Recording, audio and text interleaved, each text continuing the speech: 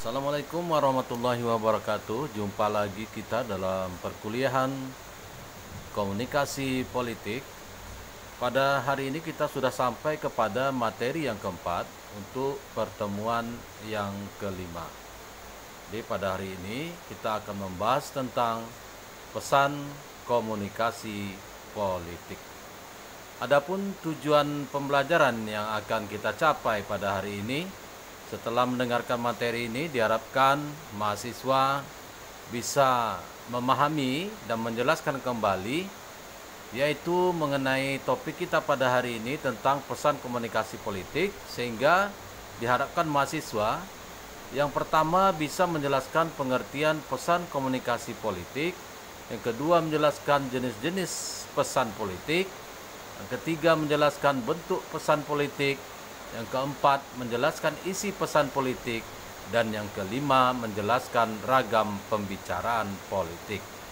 Nah, dari kelima ini tentunya seperti biasa pada mahasiswa nanti diharapkan untuk dapat memilih salah satu dari lima ini yang akan dijelaskan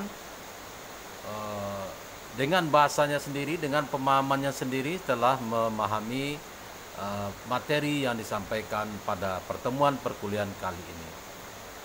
Nah, wacana politik yang berupa berita, opini, fenomena politik ataupun iklan politik sangat mempengaruhi iklim perpolitikan di suatu negara. Hal itu dikarenakan dalam wacana politik tidak jarang mengandung pesan-pesan politik yang berdampak psikologis ataupun sosiologis terhadap masyarakat. Nah, menurut Mulyana, pesan komunikasi berkaitan dengan proses atau cara menyampaikan pesan. Artinya, ada keterkaitan pesan atau muatan komunikasi dengan komponen lain seperti saluran dan media komunikasi. Sampai atau tidaknya pesan kepada khalayak sangat ditentukan oleh penyampai pesan. Pesan politik merupakan salah satu unsur penting dalam komunikasi politik.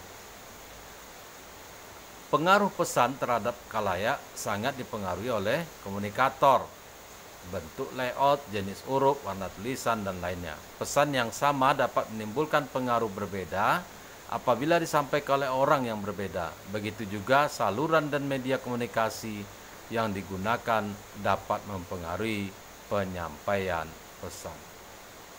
Nah, dalam komunikasi, hal terpenting selain komunikator adalah pesan. Sebuah pesan ditransformasikan pada titik-titik penyandian dan pengalian sandi, sehingga pesan merupakan pikiran dan ide dari sumber atau penerima. Nah, komunikasi politik merupakan hubungan timbal balik antara politisi dengan konstituen atau seluruh warga yang bertempat tinggal di wilayah politiknya. Pesan komunikasi politik demi menunjang pelaksanaan tugas serta fungsi politiknya atau pembicaraan antara politisi dengan konstituen umumnya membahas permasalahan politik termasuk pesan politik. Oleh karena itu selanjutnya kita bicara tentang konsep dasar pesan politik. Pengertian pesan politik. Nah, pesan politik adalah makna dan aturan kata dalam pembicaraan politik. Pesan-pesan dari hasil pengaruh yang disampaikan para peserta komunikasi dapat menghasilkan berbagai makna, struktur, dan akibat. Nah, secara bahasa, pesan politik dapat berarti suatu sistem yang tersusun dari kombinasi lambang-lambang yang signifikan. Pesan politik juga dapat disampaikan melalui gambar seperti karikatur yang bersifat menyindir. Nah, pesan politik merupakan saluran aktor politik untuk kemajuan partai politiknya. Dari pesan politik yang disampaikan oleh aktor politik dapat memberikan pencitraan terhadap reputasi partai politik di kalangan khalayak. Reputasi positif ataupun negatif yang timbul pada masyarakat bergantung pada cara komunikasi aktor politik. Nah, pesan politik adalah pesan yang dibawa oleh komunikator politik, baik dalam bentuk gagasan, pesan, pikiran, ide, perasaan, sikap, maupun perilaku tentang politik yang mempengaruhi komunikasi politik. Graeber memandang pesan komunikasi politik dalam perspektif yang sangat luas. Menurutnya, pesan komunikasi politik dapat berupa kebiasaan, aturan, struktur, dan faktor-faktor lingkungan yang berpengaruh terhadap kehidupan politik. Untuk hal itu, Muhtadi menegaskan bahwa pesan komunikasi politik adalah seluruh budaya politik yang berkembang di suatu negara. Adapun jenis-jenis pesan politik, Nimo menjelaskan bahwa pesan politik terdiri atas beberapa jenis, yaitu sebagai berikut. Yang pertama adalah retorika. Ini sering kita dengar ya, retorika. Menurut Nimo ini adalah pesan politik, ya, salah satu jenis pesan politik yaitu retorika. Retorika adalah penggunaan seni berbahasa untuk berkomunikasi secara persuasif dan efektif. Retorika juga dapat diartikan sebagai bentuk komunikasi dua arah, baik dalam bentuk komunikasi antarpersonal maupun komunikasi kelompok. Bahkan, publik yang bertujuan untuk mempengaruhi lawan bicara demi mempersamakan persepsi komunikator. Selanjutnya adalah iklan politik. Yang kedua adalah iklan politik. Pada dasarnya, iklan politik memiliki tujuan yang sama dengan iklan komersial, yaitu khalayak dapat mempercayai untuk memilih produk tersebut, yaitu parpol. Nah, inti dari iklan politik adalah cara sebuah parpol dapat merekrut suara terbanyak demi kepentingan kekuasaan golongan parpol tersebut. Adapun jenis yang ketiga dari pesan politik adalah propaganda. Nah, salah satu bentuk komunikasi yang paling ekstrim dalam dunia politik adalah propaganda.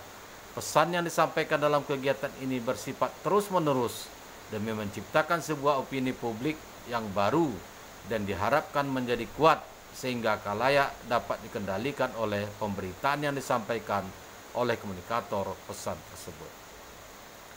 Baik, ya, kita kembali mengingatkan bahwa pada hari ini tujuan pembelajaran kita yang pertama menjelaskan pengertian pesan komunikasi politik, yang kedua adalah menjelaskan jenis-jenis pesan politik. Kita telah masuk kepada topik yang kedua tadi, yaitu jenis-jenis pesan politik. Mudah-mudahan yang 3 jenis pesan politik ini sudah dapat dipahami. Maka setelah memahami jenis-jenis pesan politik yang disampaikan oleh Nimo tadi, ya, di antaranya propaganda, retorika, ya. Nah, sekarang kita masuk kepada topik yang ketiga, yaitu menjelaskan bentuk pesan politik. Apa pula itu bentuk pesan politik? Kemudian nanti akan dilanjutkan dengan isi pesan politik, kemudian menjelaskan ragam pembicaraan politik.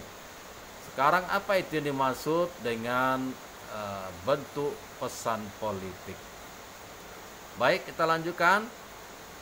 Ya, selanjutnya mengenai bentuk pesan politik. Nah,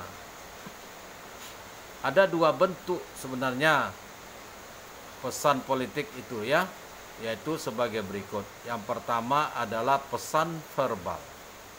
Nah, menurut Mulyana, simbol atau pesan verbal adalah semua jenis simbol yang menggunakan satu kata atau lebih bahasa dapat juga dianggap sebagai sistem kode verbal. Jadi menurut Mulyana, pesan verbal itu, yaitu simbol atau pesan verbal adalah semua jenis simbol yang menggunakan satu kata atau lebih. Kemudian bahasa dapat juga dianggap sebagai sistem kode verbal. Sedangkan menurut Larry L. Barker, bahasa mempunyai 3 fungsi, yaitu sebagai berikut. Pertama, persamaan atau penjulukan untuk mengidentifikasikan objek, tindakan, atau orang. Yang kedua adalah interaksi menekankan pada gagasan dan emosi. Yang ketiga adalah transmisi informasi. Artinya, pesan dapat disampaikan kepada orang lain. Nah, itu dia pesan verbal. Sedangkan yang kedua adalah pesan non-verbal. Jadi ada 2 bentuk pesan, yaitu verbal dan pesan politik atau komunikasi politik. Yang kedua adalah pesan non-verbal. Nah, komunikasi non-verbal adalah komunikasi yang menggunakan pesan-pesan non-verbal. Istilah nonverbal umumnya digunakan untuk melukiskan semua peristiwa komunikasi di luar kata-kata terucap dan tertulis. Pesan nonverbal merupakan sarana sugesti yang paling tepat.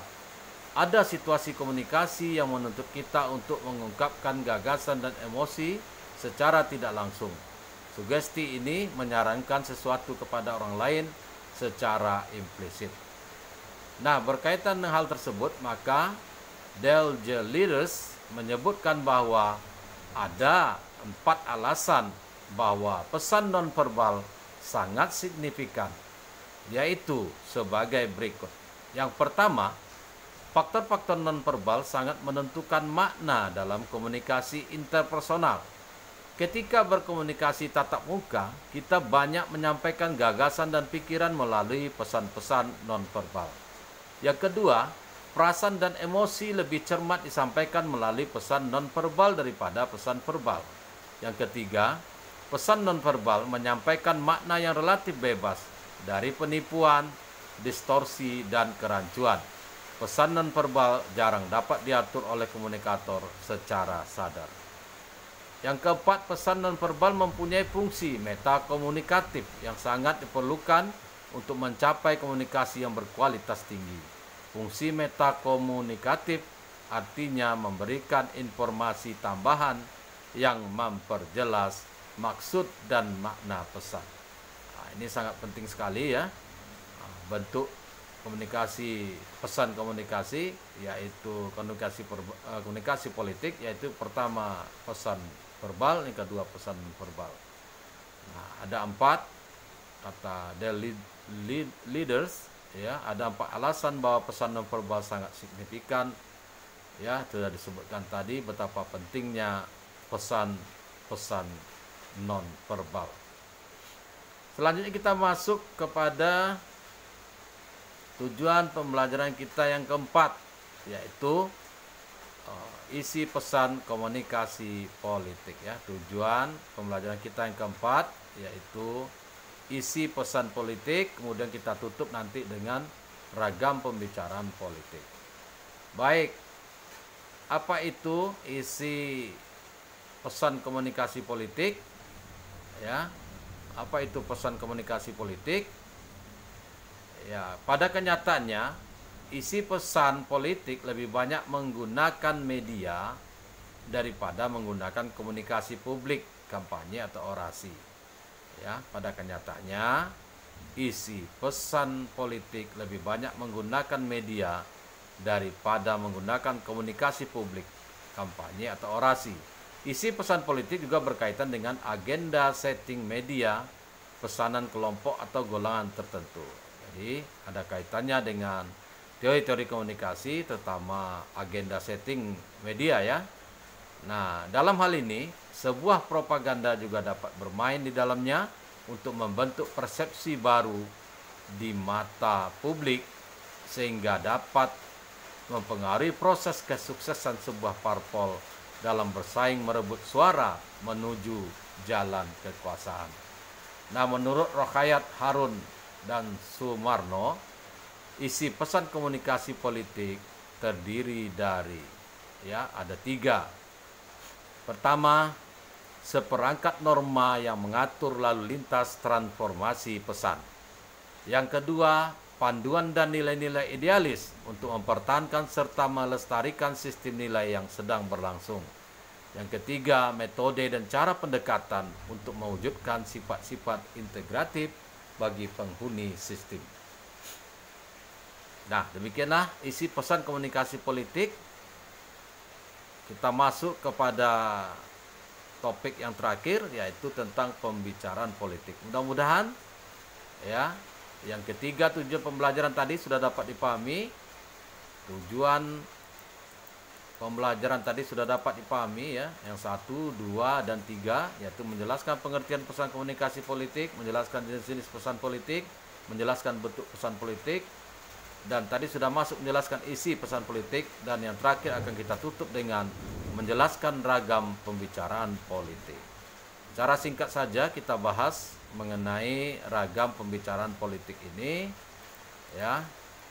Kita bahas saja 3 ya. untuk dipahami, yaitu kita ambil dari David Figebel, ya, tentunya dalam buku Nemo juga ya, yang menjelaskan 3 jenis pembicaraan yang mempunyai kepentingan politik, yaitu sebagai berikut ya. Jadi David Figebel yang dalam Nemo juga dalam bukunya menjelaskan 3 jenis pembicaraan yang mempunyai kepentingan politik, yaitu sebagai berikut. Yang pertama adalah pembicaraan kekuasaan, merupakan pembicaraan yang mempengaruhi orang lain dengan ancaman atau janji. Bentuknya adalah, jika Anda melakukan X, saya akan melakukan Y. Kunci pembicaraan kekuasaan adalah bahwa saya mempunyai kemampuan untuk mendukung janji ataupun ancaman. Sekali lagi, yang pertama adalah pembicaraan kekuasaan, merupakan pembicaraan yang mempengaruhi orang lain dengan ancaman atau janji. Bentuknya adalah, jika Anda melakukan X, saya akan melakukan Y. Nah, kunci pembicaraan kekuasaan adalah bahwa saya mempunyai kemampuan untuk mendukung janji ataupun ancaman.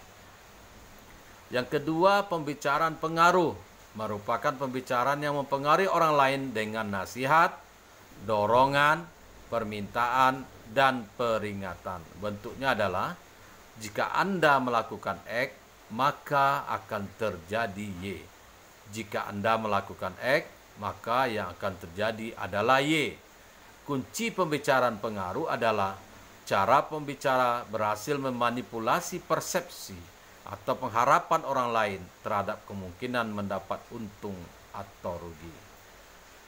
Next, pembicaraan otoritas adalah pemberian perintah. Bentuknya adalah lakukan X atau dilarang melakukan X, yaitu sesuatu yang dianggap sebagai penguasa yang sah adalah suara otoritas dan memiliki hak untuk dipatuhi. Nah, ini sangat penting sekali ya. Ragam pembicaraan politik. Pertama adalah pembicaraan kekuasaan, ini sering kita dengar ya. Jika Anda melakukan X, maka saya akan melakukan Y ya. Di sini karena pembicaraan kekuasaan ini mempunyai kemampuan untuk mendukung janji ataupun ancaman. Begitu juga yang kedua, pembicaraan pengaruh, yaitu jika Anda melakukan X, maka yang akan terjadi adalah Y. Jadi kuncinya pembicaraan pengaruh itu adalah pembicara berhasil memanipulasi persepsi atau pengharapan orang lain terhadap kemungkinan mendapat untung atau rugi. Sedangkan pembicaraan otoritas itu adalah pemberian perintah. Bentuknya adalah lakukan X atau dilarang melakukan X. Jadi sifatnya perintah. Nah, sesuatu yang dianggap sebagai penguasa yang sah adalah karena dia memiliki otoritas, suara otoritas, dan memiliki hak untuk dipatuhi.